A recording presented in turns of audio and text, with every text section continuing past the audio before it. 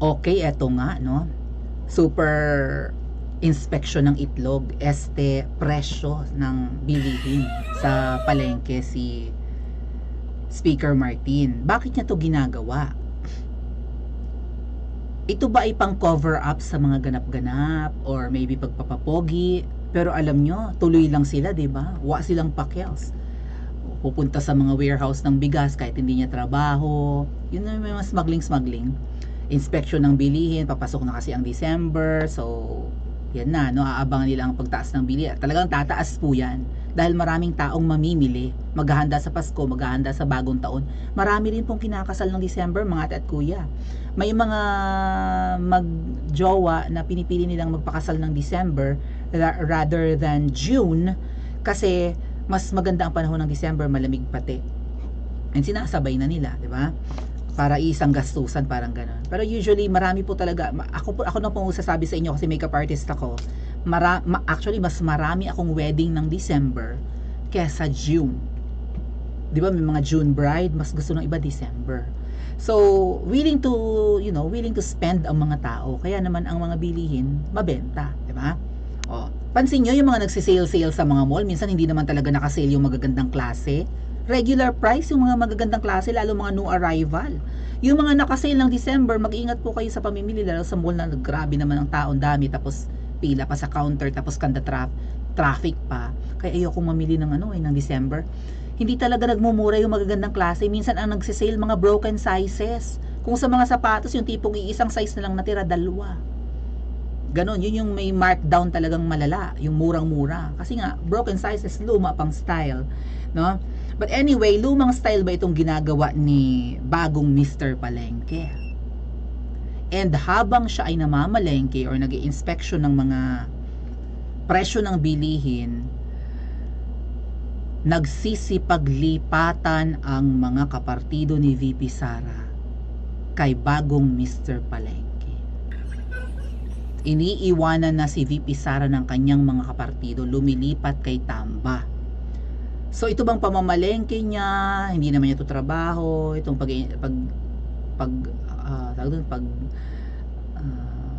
bubukas nila ng mga bodega ng mga nakaimbak na bigas ng mga hoarders, 'di ba, yung mga nire-raid nila. Trabaho ba to ni Speaker Martin? Ang busy-busy niyang tao, hindi naman siya ang presidente ng Pilipinas. Siya na ba ang bagong presidente? Or nag-aambisyon siyang maging presidente? At dahil nagsisipaglipatan na po yung mga kapartido ni VP Sara, tama ba ang ginagawa niya? Na-appreciate ba ng ibang politiko itong kasipagan ni Speaker Martin? Si VP Sara ba ay dapat iwanan? Panoorin po natin yung video. Dapat ba siyang talikuran? Eto po yun. Bukod sa PDP laban ni dating Pangulong Rodrigo Duterte, nalagasan na rin ng mga miyembro ang hugpong ng pagbabago ni Vice President Sara Duterte pabor sa lakas CMD.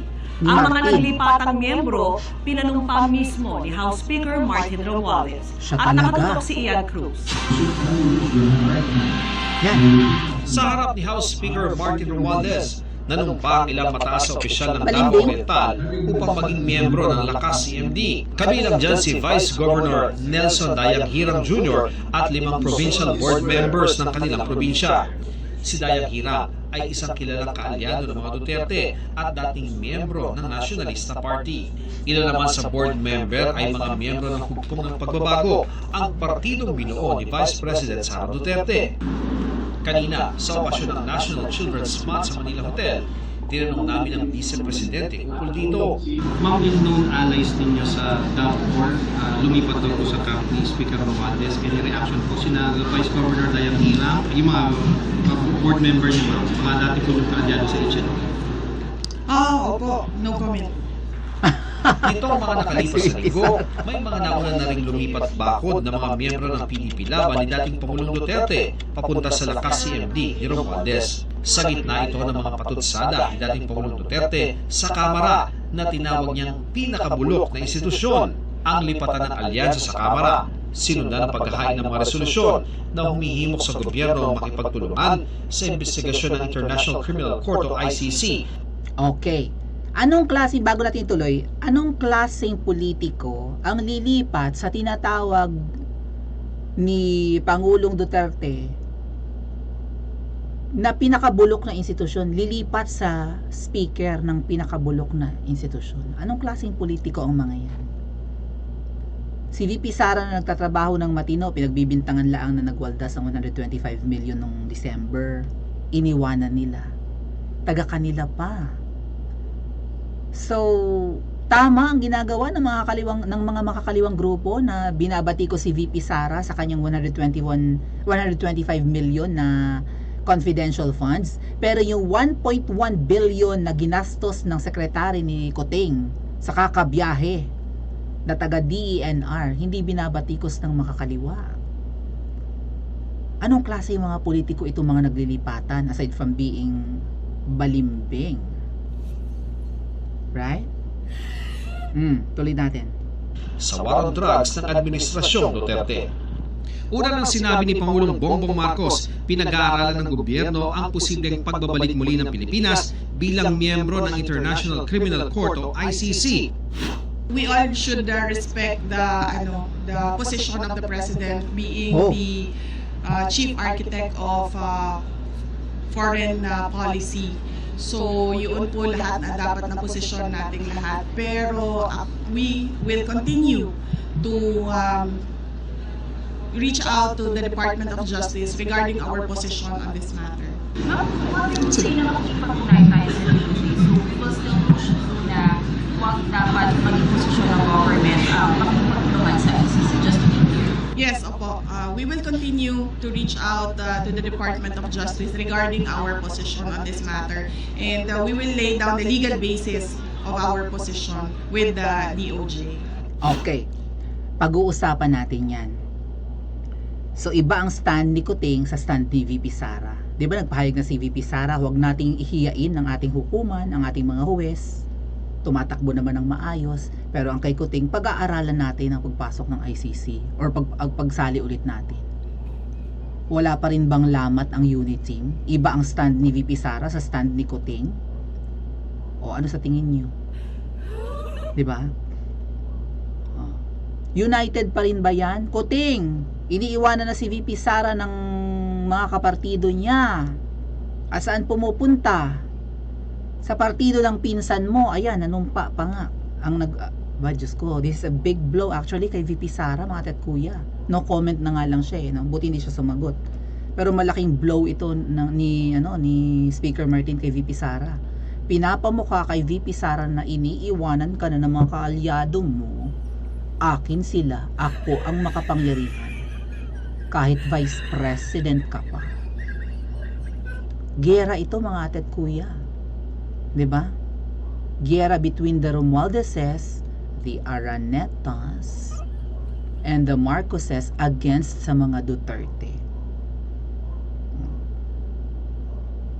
Ano ang power ni Speaker Martin para makumbinsin niya na ang mga kaalyado ni VP Sara, dating kakampi, ay lumipat sa kanya? Charming ba siya? O uliran siyang politiko? Tama ba yung ginagawa niya ng mga paghimas ng itlog, pamamalengke? Kinatutuwaan ba ito ng mga politiko ang pagiging pangmasa ni Speaker Martin? Yun ba ang point doon? Pero alam nyo, kahit natutuwa ang mga politikong yan kay Speaker Martin, kanino natutuwa ang taong bayan? Eto, tingnan nyo yung video ni VP Sara. VP Sara, umikot sa mga bata. Tingnan nyo kung paano pagkaguluhan si VP Sara ng ordinaryong mamamayan at mga bata.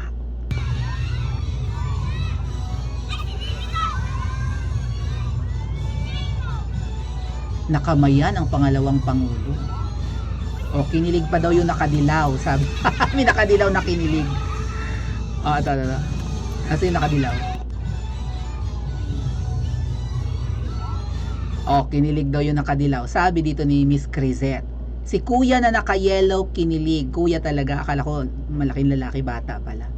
Happy ang mga bata kasama si VP Sara. Ngayon, kung si Speaker Martin kaya ay kinatutuwaan ng mga politiko at nag-ikot siya, halimbawa siya ang nasa posisyon ngayon ni VP Sara na nag-iikot sa mga bata.